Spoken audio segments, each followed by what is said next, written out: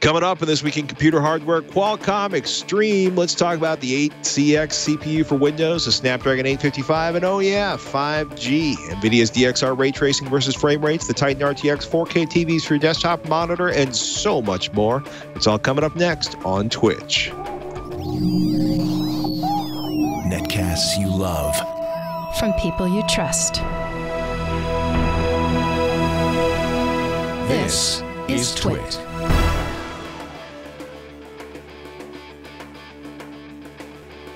This is TWiCH, This Week in Computer Hardware, episode 494, recorded on December 6, 2018. Qualcomm Extreme. This episode of This Week in Computer Hardware is brought to you by ExpressVPN. Protect your online activity today for 3 extra months free with a 1-year package. Go to expressvpn.com/TWiCH. And by Rocket Mortgage by Quicken Loans. Introducing Rate Shield Approval. If you're in the market to buy a home, Rate Shield Approval locks up your rate for up to 90 days while you shop. It's a real game changer. Learn more and get started at rocketmortgage.com/TWiCH. And by Casper, a sleep brand that continues to revolutionize its line of products to create an exceptionally comfortable sleep experience one night at a time. You can save $50 towards select mattresses by visiting casper.com/TWiCH and using the promo code TWiCH at checkout. Welcome to TWiCH, This Week in Computer Hardware, TWiCH weekly show that aims to bring you the most engaging, most delightful, most affordable, most expensive, most crazed, most practical. Well, we talk about hardware. We will be talking today about Snapdragon processors, $2,500 NVIDIA GPUs, 4K TVs that are bargains if you're looking for a better desktop monitor, and of course, rumorage, including Ryzen 3, 5, and 7 rumors. But joining me right now, the man, the myth, the storage legend, Allyn Malventano. Hi. From PCPer. It's a random opening day here at Sears. Yeah. It's random closing day for many Sears. Yeah. Well, if you've been working at Sears and are no longer working at Sears, you have our thoughts and sympathies go with you. No thoughts or sympathies, I think, from Qualcomm as far as pushing bigger, better, faster, more CPUs into bigger, better, faster, more expensive, or mid-priced or cheap phones. They just want to sell all the CPUs. Snapdragon 855, probably the biggest hardware announcement this week, along with, of course, the Snapdragon X55G modem. Yeah, the more I learn 5G, about baby. 5G is going to change everything if it works half as good as they say it's going to be. But that's a conversation for another day. Qualcomm is a sponsor at TWiCH. So they're saying basically 855 is going to be the first product to support, the faster LTE networks, true 5G NR millimeter wave, and sub-6 gigahertz radio technology. I'm really curious because at this point, 5G is much more interesting to me than a faster processor. I am still kind of like, reading to try to deeply understand Like how it works. Well, yeah, it's not so much. I know how I've done a lot of research recently to understand how it works and how it should works. I don't want to get kind of bogged down in 5G because it's just such a deep subject at this point. I am more curious as to what is going on, not just with 5G, but I think what drives me nuts right now is we keep getting faster and faster phones that we may or may not actually be able to do anything with because whether or not there's any use for that power, ... But watching the claims of sort of AI support and how AI is sort of, what AI actually means in the context of a smartphone. Because most of the things you can actually kind of digest that the AI is doing is around photography and stuff. But 5G is talking about 12 cities this year, 19 cities by early 2019. Sprint says they're going to have it in 9 markets. T-Mobile is going to have it in, quote, 6 of the top 10 markets and hundreds of cities across the U.S. In 2018. I'm not sure if that's actually happening. Verizon 5G They're playing around with their sort of ISP replacements, but of course they're going to turn on their 5G in quote early 2019 and expand rapidly. Samsung's going to have their first 5G enabled smartphone in the first half of 2019.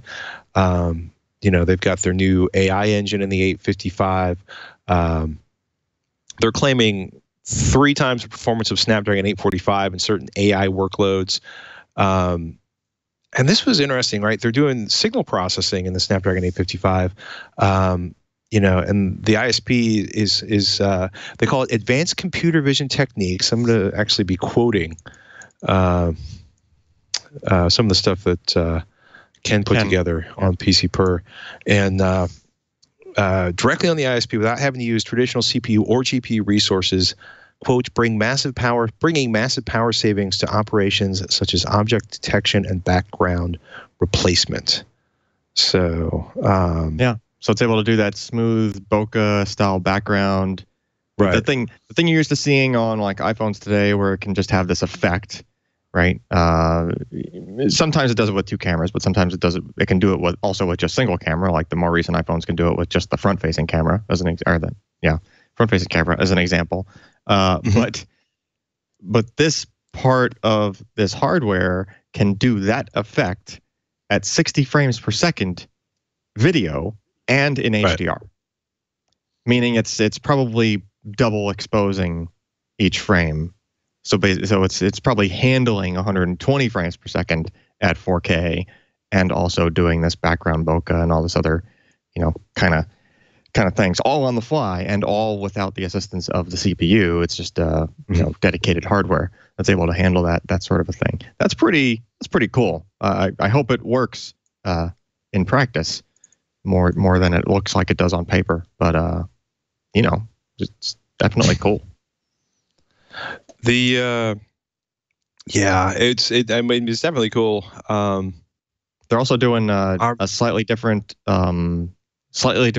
layout for how they handle like their big little cores, right? So what you used to have before was 4 big, 4 little. You just had 4 cores that could do like kind of heavy duty workloads and whatnot. And then you had 4 more power efficient cores. Maybe they couldn't do as much. And if you got an instruction came along that was more complicated, it would have to fire up one of the big cores to do it. But now they're kind of extending on that, and they call it the prime core. This is in one of the parts here, where one of the cores is able to go to a significantly higher clock than the other 3 big cores. So the idea is, okay, we're doing something that's single-threaded. It's able to go to 2.8 gigahertz instead of 2.4 gigahertz on that one specific prime core that has a higher clock. Because a lot of workloads today are still single-threaded. So if you're able to just plow through those as fast as possible, presumably they would do some other optimizations to the silicon on just that one core. Maybe it costs them a little bit more to do that, or there's some trade-off or whatnot. But the idea is just, have the best straight line speed you can for the specific tasks that would benefit from that sort of a thing. So, and this is probably a catch-up play because currently Apple's iPhone and iPad CPUs are taking the cake right now on single-threaded, just raw straight line speed. So that leaves everybody else to figure out, okay, well, we have to do something. We have to make our single-threaded performance faster somehow, and this is one of those answers. So good on them for coming up with that. And these sort of advances we need to see out of everybody, because it's just the thing that pushes all of the things forward.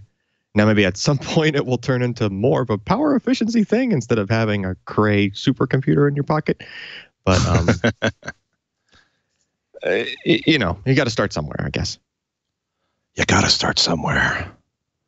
Yeah, it's well, you know what? We'll just segue while we're talking about starting somewhere.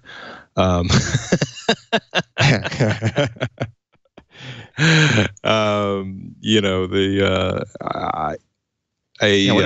if you just scale this mobile stuff up high enough to where you could just stick it in a laptop and call it a day? There's the segue I was looking for. Qualcomm Extreme. Race fans. Actually, let me point out that Extreme is actually apparently what the Qualcomm PR folks are pushing. And what I'm talking about here is the Snapdragon 8CX, which is the first Windows laptop dedicated processor, or the first Qualcomm processor that was actually built from the ground up, I believe, for Windows laptops. It is the biggest processor Qualcomm's ever made. They are claiming it is the most powerful CPU and GPU they've ever made. It is the first 7-nanometer processor, Qualcomm says, or when it ships, it will be the first 7-nanometer processor, quote, for a Windows platform, unquote. It actually has support for up to 16 gigabytes of DDR4 RAM and NVMe drives, which means one of the traditional complaints about having ARM-based Windows laptops, i.e., the minimal memory and the questionable storage speed, is effectively eliminated. Because I assume they're going to engineer these things properly. I like what they told The Verge. Qualcomm essentially told The Verge, quote, "It's a real PC that can do real multitasking and productivity." They also had some pretty amazing claims that they were pushing, that the 15-watt U series Intel CPU, they were basically claiming that their 7-watt part, Qualcomm's 7-watt Snapdragon 8CX, was delivering the equivalent performance of a 15-watt U series Intel CPU, or alternately, that they were claiming that they were 50% faster than Intel's 7-watt Y series processors. No information on how they came to those numbers, what benchmarks they used to get those results. I will say I'm very curious about this processor. I'm very curious where it will show up. There was several articles online where people were pointing out that there was a Lenovo rep, but the Lenovo rep didn't promise to make one of these laptops. It'll probably end up in a Lenovo laptop. I'm sure it will. I mean, these things are probably going to end up all over the place. I do love the idea of Qualcomm's Quick Charge 4 Plus in a laptop. It's been really interesting to watch what's going on, right? Because we've seen so many, kind of failures. I won't even get into the sort of dead-end Windows release a couple of years ago that was based around ARM platforms, because you couldn't run your standard Windows devices on it. Then, of course, we have sort of the universal apps from Windows.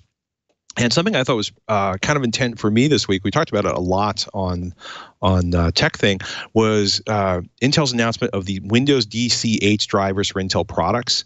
So the universal Windows platform drivers, were the idea that you kind of have one driver to rule them all and in the darkness bind them. So it was interesting to look at that. And then part of that is the Intel Driver and Support Assistant, which I am particularly enthused about, because I have spent an embarrassing amount of time over the years trying to find drivers to update either motherboards or laptops that weren't being particularly well supported by the manufacturer. Although some interesting things happened when I ran the Intel Driver and Support Assistant on a laptop that is definitely covered with what should be an upgrade to the new Windows modern drivers. But yeah, I'm very curious to see, because this is kind of Windows, Microsoft is really pushing to open up Windows in the sense that they want to make sure all of the apps and all of the drivers work on all of the product categories. And I think that probably bodes well for the success of that Snapdragon 8CX, if it really does, if it is indistinguishable from an Intel part and delivers equal or better performance for the same amount of money, then I think it's going to be a really interesting year for Intel next year. So we wait with bated breath. Oh my goodness. ExpressVPN people, if you spend quality time traveling, if you suffer the horrors of using the Wi-Fi at a coffee shop or a hotel, or as I'm thinking about CES, McCarran Airport, you really, really, really, really should be using a VPN. Virtual private network. And let me point out, this episode of This Week Computer Hardware brought to you by ExpressVPN. If you're using public Wi-Fi, or if you just don't particularly feel like sharing what you're doing with your ISP, if you don't feel like being tracked, or if you're doing things that you think your ISP might object to, but you feel really comfortable with, this is a really good reason to use a VPN like ExpressVPN. I've been running it on my laptop for a few months. It's simple. It's designed to run seamlessly in the background of your computer, your phone, your tablet. And it does what a VPN does. It secures and anonymizes your internet browsing by encrypting your data and hiding your public IP address. The idea is you can safely surf on public Wi-Fi, no snooping, no having your data stolen, just using the internet quietly without being preyed upon. Rated the #1 VPN service by TechRadar, comes with a 30-day money-back guarantee, costs less than $7 a month. I've been running VPNs when I travel, and actually at home quite a bit for years now. And of course, you can do things like, re-geolocate yourself. If you're a big fan of, for example, in my case, curling, and Canadian curling websites prevent non-Canadian IP addresses from browsing, a VPN like ExpressVPN can make things possible for you. Protect your online activity today and find out how you can get 3 extra months free with a 1-year package at expressvpn.com/twitch. That's expressvpn.com/twitch for 3 extra months free with a 1-year package. Visit expressvpn.com/TWiCH to learn more.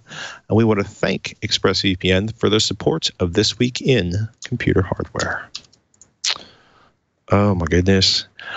How are you feeling about the, so Ryzen 3, big rumors again, plus the 5 and the 7, up on PC per,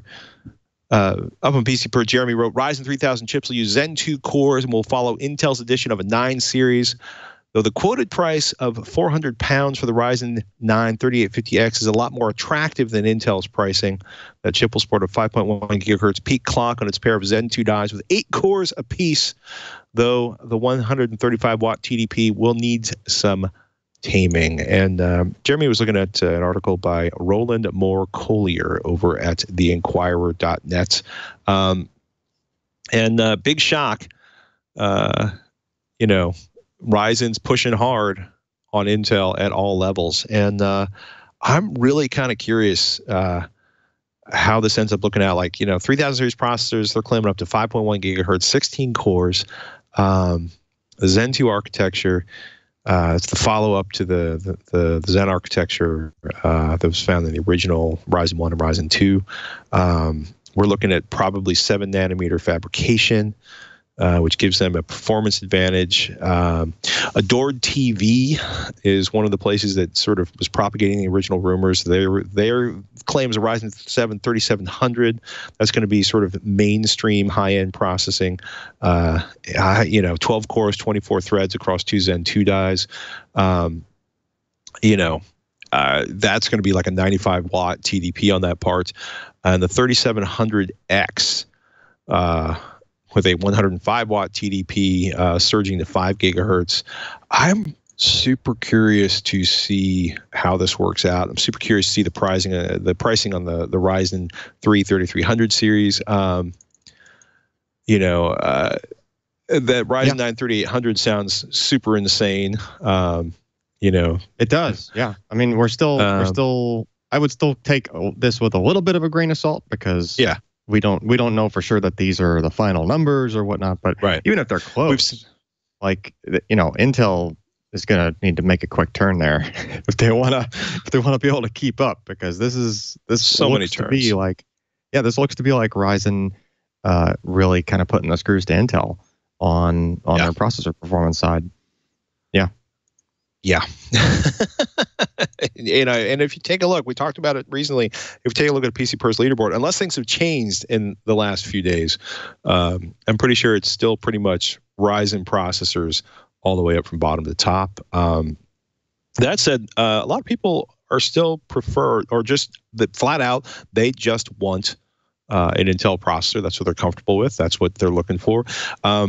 And if you're looking to build a system and don't want to spend all the money for a Core i7 processor, HardOCP has a really cool look at the Core i5 9600K in terms of the overclocking potential of that machine. They attached an RX 480 V3 radiator, a D5 photon reservoir pump combo to cool the chip, and they were hitting 5.25 gigahertz quote, perfectly stable with some noticeable results. And so, that Core i5 9600K is like $270, which is pretty good.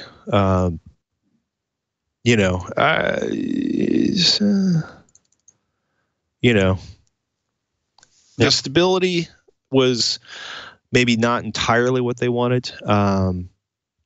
They got handbrake stability at 5.1 gigahertz. They had some issues with Prime 95 stability. I think that maxed out at 5 gigahertz. And, so 5.2 gigahertz, they had Premiere Pro stability. So no issues running games at 5.2 gigahertz on the 9600K. And they weren't really crushing the voltage. They weren't doing any terrifying voltage pumps on that to get it done. It's kind of crazy, right? The Core i5 9600K will beat an 8600K at stock by a little bit, but overclocking is really attractive. There's a lot of information in that article because that's the way they roll at Hard OCP. And if you're thinking about buying an Intel part, or whether or not you need to upgrade your current Intel parts, and for some reason you don't want to go with an AMD, definitely check out the processor overclocking review up on Hard OCP, because there's a lot of overclocking can look. It's just there's moments where I'm just deep into overclocking again. I don't know how else to say it. So. I usually go through a phase of it every time I do some sort of a new build, but I always try to get it to the point where I can just be hands off and forget about it. Yeah. So I'm getting the extra performance. It's good enough to be stable and not to cause any weirdness, and then I just leave it be and don't touch it. Right. Yeah. I want no excitement for my overclocking after the initial woo, I did this, and then I never want to think about it again. So. And then you just completely take it for granted. Speaking, oh my goodness. Yeah, well, speaking of things you want to take for granted, never want to think about again, mortgages. Oh. This episode of This Week in Computer Hardware brought to you by Rocket Mortgage by Quicken Loans. Their goal is to get you through the process of getting a mortgage in the quickest, most efficient, and least emotionally traumatic way. I do some pretty cool things about this, especially, maybe you're a little less worried about interest rates going up right now, but this is pretty slick. They call it the power buying process. And if you can answer a few questions, they'll check your credit for pre-qualified approval. They'll verify your income, your assets, your credit, less than 24 hours to give you a verified approval. The idea is they want you to have the strength of a cash buyer because, if you're in one of the places in the United States where the market's hot, cash buyers, they have an advantage. And this will they want to make things easy for you over at Quicken Loans. And once you're verified, you get their all-new exclusive Rate Shield approval. They'll lock your rate up for up to 90 days while you shop. If rates go up, your rate stays the same. If rates go down, they will drop your rate to match it. Either way, you win because your rate's not going to go up. And it might go down.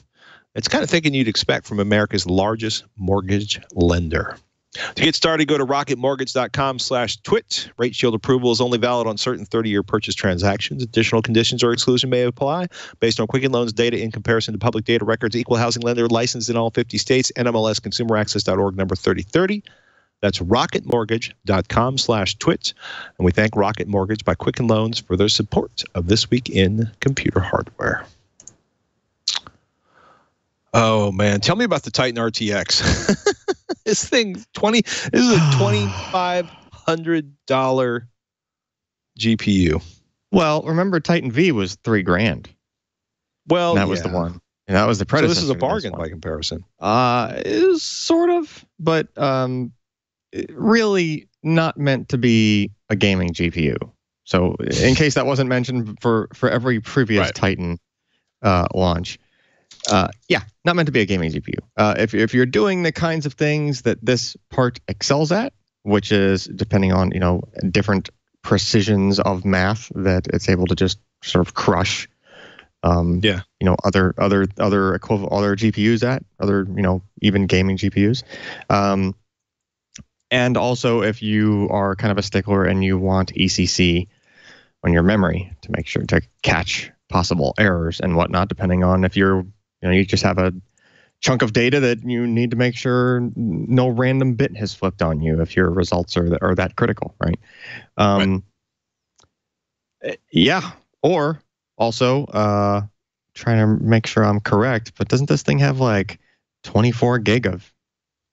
Yep, 24 gig of GDDR6, up from I believe 12 on the previous version of this card. So say you just needed more RAM for the workload you were doing.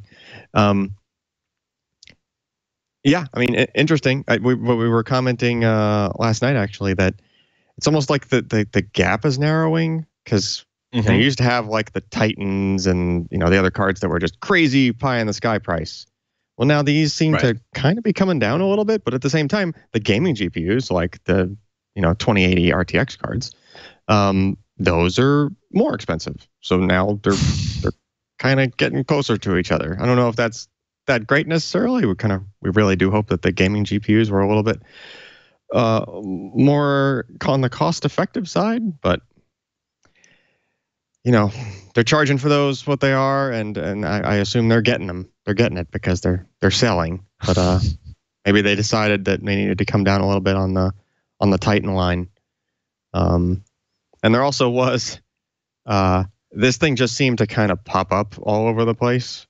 Just like random YouTubers were there must have been some sort of thing where NVIDIA was like, hey, we're going to send you this. Just kind of covertly, just nonchalantly, just stick it in the back of your video somewhere. So, of course, everybody just completely ran with that. And you saw, Titan RTX is just showing up in all sorts of random places within people's videos. Maybe not so nonchalantly or not so, covertly placed in their video. Anyway, but yeah, I mean, if you're don't buy this if you're a gamer, just don't.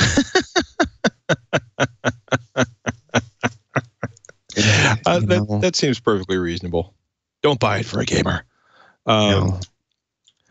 It's been interesting over the last couple of weeks to look at some of the reports. Around Battlefield 5, they've got the patch in place for RTX, and something I didn't really expect to hear that I've read in several articles right now is, and I just put in a link is another Hard SP article. The GeForce RTX 2080 Gaming X Trio review, and I mention this because it's crazy how much the performance drops. There was a good title from Matthew Smith over at Digital Trends. He said, playing Battlefield 5 on the $800 NVIDIA card is stunning and disappointing because it works incredibly well if you don't turn on the DXR ray tracing. And if you do turn the ray tracing on, you're probably going to have to drop your resolution down to like 1080p. Ken and I were playing around with that. And we were getting in like the 50, 60 frames per second ranges with 4K and, the RTX features turned on. And that was on a 2080 Ti. Where the game was doing like something like double that with it disabled. But there's been updates recently. Like they're improving the performance. Almost like they just turned it on and didn't really optimize it for performance, right? It was just, you just make this work, right? And imagine if you spent a little bit more time and care trying to kind of carve out some performance and still get the same benefit visually, but you should be able to do that and without that much of a performance hit, and that seems to be the case. I forget what the percentage gains were, but there was something like 15, 20, something on the order of that range, like of a gain back in performance when you had RTX enabled, at least in Battlefield 5. And I mean, yes, I know it's kind of gimmicky in that there's a very small number of games where you can even use this feature. And we're, and it's only looking to be in the stuff that's coming down, later on, like launches to be that haven't happened yet. So it's very much a hurry up and wait sort of thing right now for this particular feature. But at the same time, it's probably not going to end up being just this massive performance hit also long term, right? When people are going to figure out how to optimize better for it, how to get the benefits of using that feature without just killing performance of whatever it is you're trying to run. You know, and I'm sure there's going to be improvements on either side. There's going to be improvements on the game developer side, figuring out how to, you know, squeeze more out of the hardware in that particular mode, and there'll probably be some other tweaks on just the NVIDIA side and driver development and whatnot. I mean, it's kind of crazy when you. I mean, I hear you, right? And we've seen incredible gains made through driver updates and through updates to the application. But I mean, to put this into context, right? So the RTX 2080, the Gaming X Trio that they were reviewing at Hard OCP, 71.4 frames per second at 4K, you know, TAA on high, ultra settings, you know, DX11, you know, which is not quite 20 frames per second faster than a GTX 1080 card. So that's a nice healthy bump right there. But when you turn on the ray tracing DXR performance, running at 1920 by 1080 TAA high, and with the DXR essentially on low, you're looking at 43.4 frames per second. You can pick it up to 54.5 frames per second. But remember, it's not just you know, it's not just DXR. You're also dropping the resolution on the card down from 4K to 1080p. So you know, and you know, from what I am hearing from people, it is an improvement, but it is not a spectacular improvement. So, you know, I agree that you can certainly do some incredible things with software updates and improving the game design, but this is going to, you know, they're going to have to do a lot of work. You know, they've quartered the resolution and they've dropped the frame rate by, you know, 25 frames per second. You know, that's a lot of hits to make up for. I don't even think they can.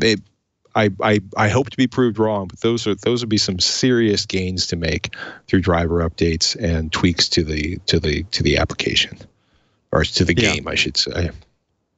It did seem to us, just when we were playing around with Battlefield 5, it almost looked like it was even buggy in the implementation of like how you adjusted the amount of the ray tracing effect, because it was like a low, medium, high sort of a thing from memory serves, and it was either 3 or 4 steps in that adjustment, and Ken and I were just like scrutinizing frames and like trying to, first of all, it's Battlefield 5, you can only play it in like a live multiplayer fashion, so we'd have to find some place on the map where we could see what we wanted to see that would show differences in ray tracing, and also try not to get shot.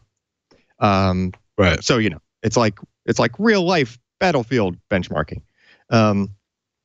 Anyway, so while we were in those states and we were kind of adjusting up and down, we noticed that in some cases, like if you had approached a particular setting from down below, it might have not changed. Like if you went from like medium to high, like it might be stuck in medium. If you started from low, and you might be kind of stuck in medium. But if you started in like ultra and you went down to medium, it might be stuck or behaving like it did in the high mode.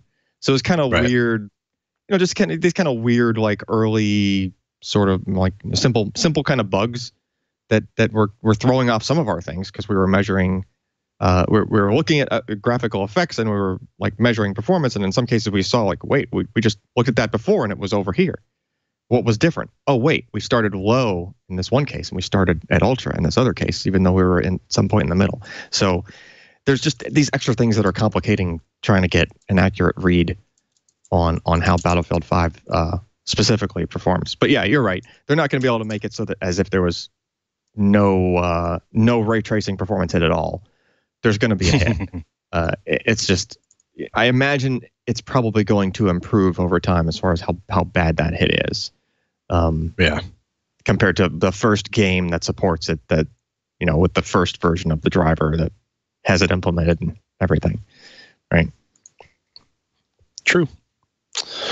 I have a friend of mine who's always asked me, like, will you do a roundup of 4K televisions that you can use as a desktop monitor? And I don't have the space to put multiple 4K desktop, or it's just 4K television desktops in my house. But I loved an article that came up on TechSpot and recommended 4K TVs that can effectively be used as desktop PC monitors.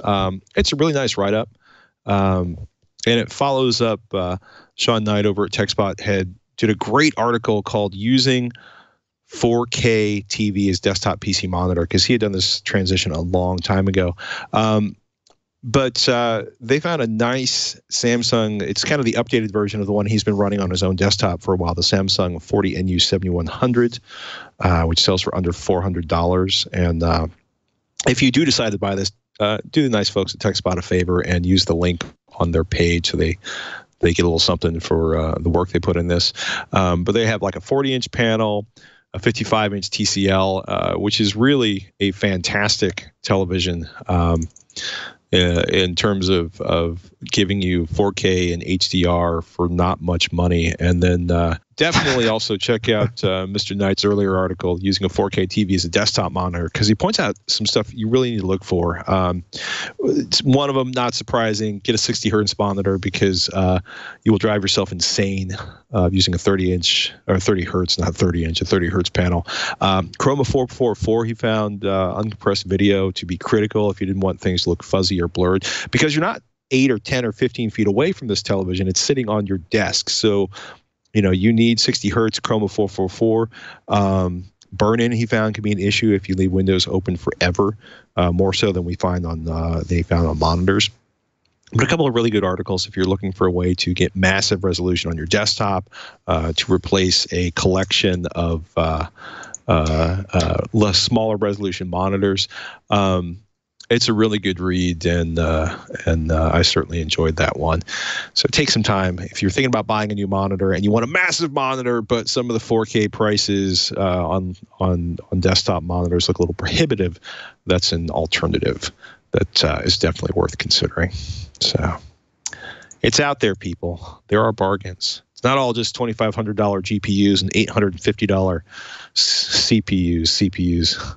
$2,500 or $850 GPUs, I should say. In any case, goodness, so many GPUs. Yeah, I am so waiting for a sub 215 millimeter 20 series GPU to come out, but I am much less obsessed about it than I was a week ago. I just want to say that. Mm-hmm. This episode of This Week in Computer Hardware is brought to you by Casper. Casper is an online retailer of premium mattresses for a fraction of the cost. If you've ever gone shopping for a mattress, you probably felt like you were shopping for a used car, right? It's just a lot of unpleasantness involved in that. And that's why Casper sells their mattresses online, right? Premium mattresses for a fraction of the cost. Casper their goal is simple. They want to revolutionize the mattress industry by cutting the cost of dealing with the resellers and the showrooms and pass the savings directly on to you. They call it an obsessively engineered mattress at a fair price. Right now, there's the legendary video of Leo unpacking the mattress. I believe we'll have the tremendous Leo leap coming momentarily. There it is, people. A mattress that can handle Leo in full flight. Long-lasting comfort and support.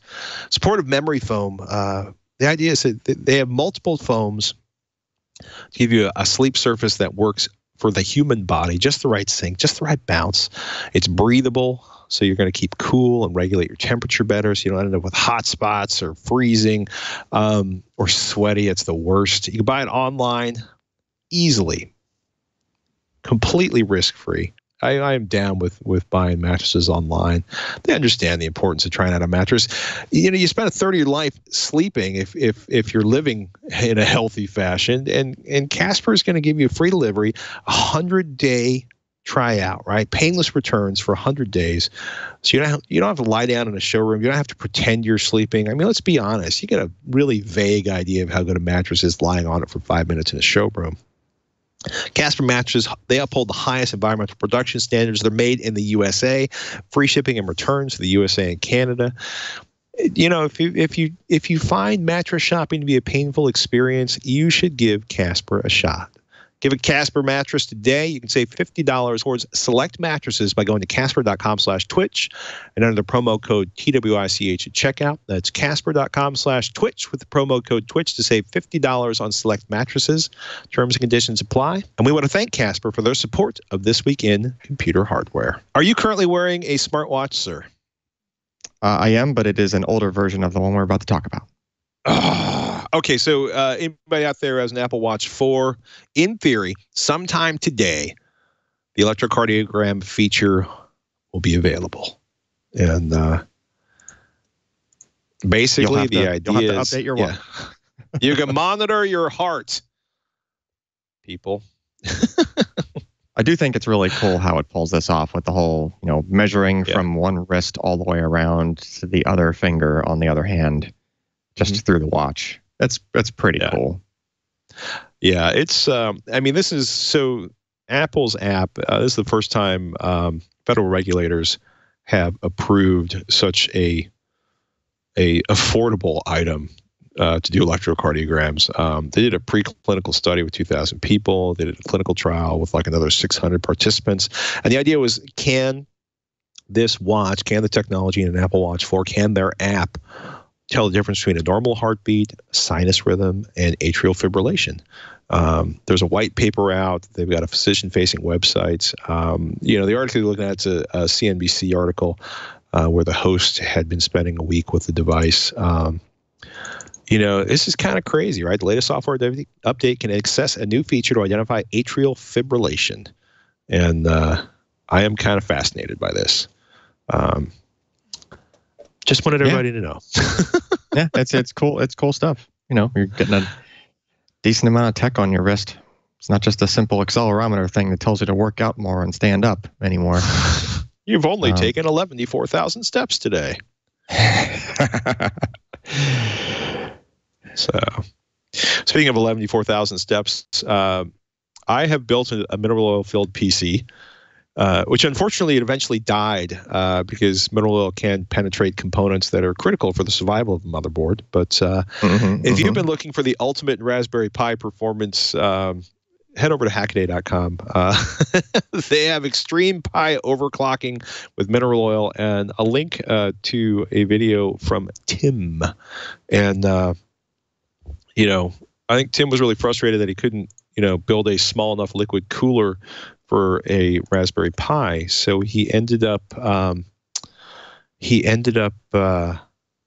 submerging his Raspberry Pi in oil. And part of what makes this kind of fascinating, and they pick up on the Hackaday, the GPIO, the USB, all the ports were desoldered from the board, and then there's a purpose-built header that they solder on, and then that way they can wire the routers out and terminate them, so you don't have issues with the oil leaking into the system or the ports on the board. It's pretty slick and kind of completely out of control in the cheerful way that performance updates for computers can get if you just go for it. Yep. It's something I completely agree with, but probably it's just not the best discussion. It's not the best educational experience.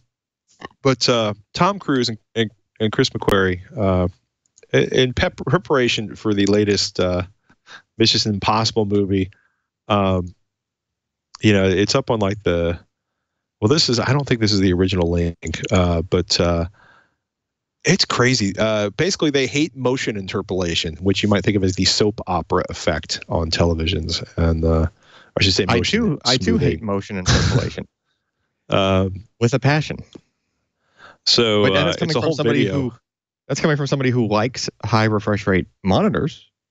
Yeah, but I do not like watching a film that was shot a specific way and something that's trying to turn it into something that's 4 times the frame rate. Yeah, I mean, you have the right to watch your video anyway, your movie, because this is very specifically dealing with movies and running them on a desktop. You certainly have the rights, should you choose to to turn off all of the red pixels on your monitor, or to run it at twice the actual rate, or to turn on motion smoothing, or to turn on, outdoor in Arizona in August mode, which is basically what televisions are set to from the factory, in case that television ends up on a wall at Costco with 22 other televisions. Right. That's the thing. They come with the brightness just cranked. They usually come with the motion smoothing on in some form, usually very high type of a setting. Yeah, it's pretty much any time. As the consumer, you can leave all those things on, or you can make Tom Cruise and Chris McQuarrie happy by not just going out and buying a ticket to the next Mission Impossible movie, but by making sure that you have motion smoothing turned off on your television at home.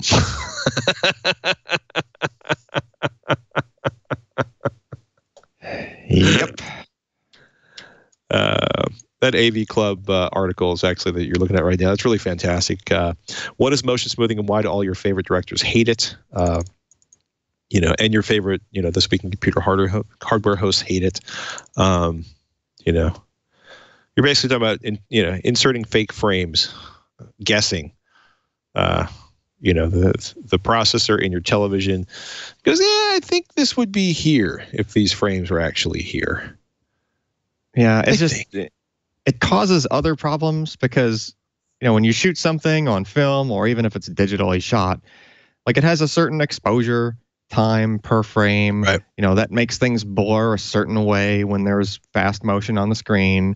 And so if anything, they've had to make this like extra complex. So now you have modern televisions, like 2018 model, like, Samsung sets and whatnot. There'll be not just the motion smoothing setting, but then there'll also be something to try to get rid of the blur, because now you would have something that's blurred as if it was stretching or like moving this far within one frame, but you'd have that whole blur being redrawn multiple times, which really makes no sense. That's not how it actually looks when it's filmed in any possible way. Right. Like you can't even get that effect. Right. So now they have to add extra layers of settings and extra processing just to make it still look natural after doing all of this extra work to try to fill in the extra frames and try to make it look smoother.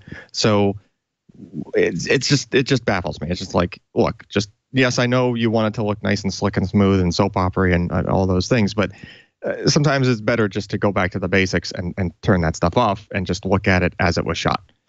Right. Yeah. I should point out the original 1:27 video showed up at twitter.com/Tom Cruise, which is why I was having difficulty finding it elsewhere on the internet. I also have to say that Swanee on TV probably had the best response ever.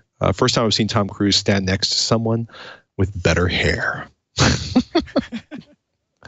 I also don't want to talk about the remake of Top Gun. Well, Top Gun 2.0. I'm terrified.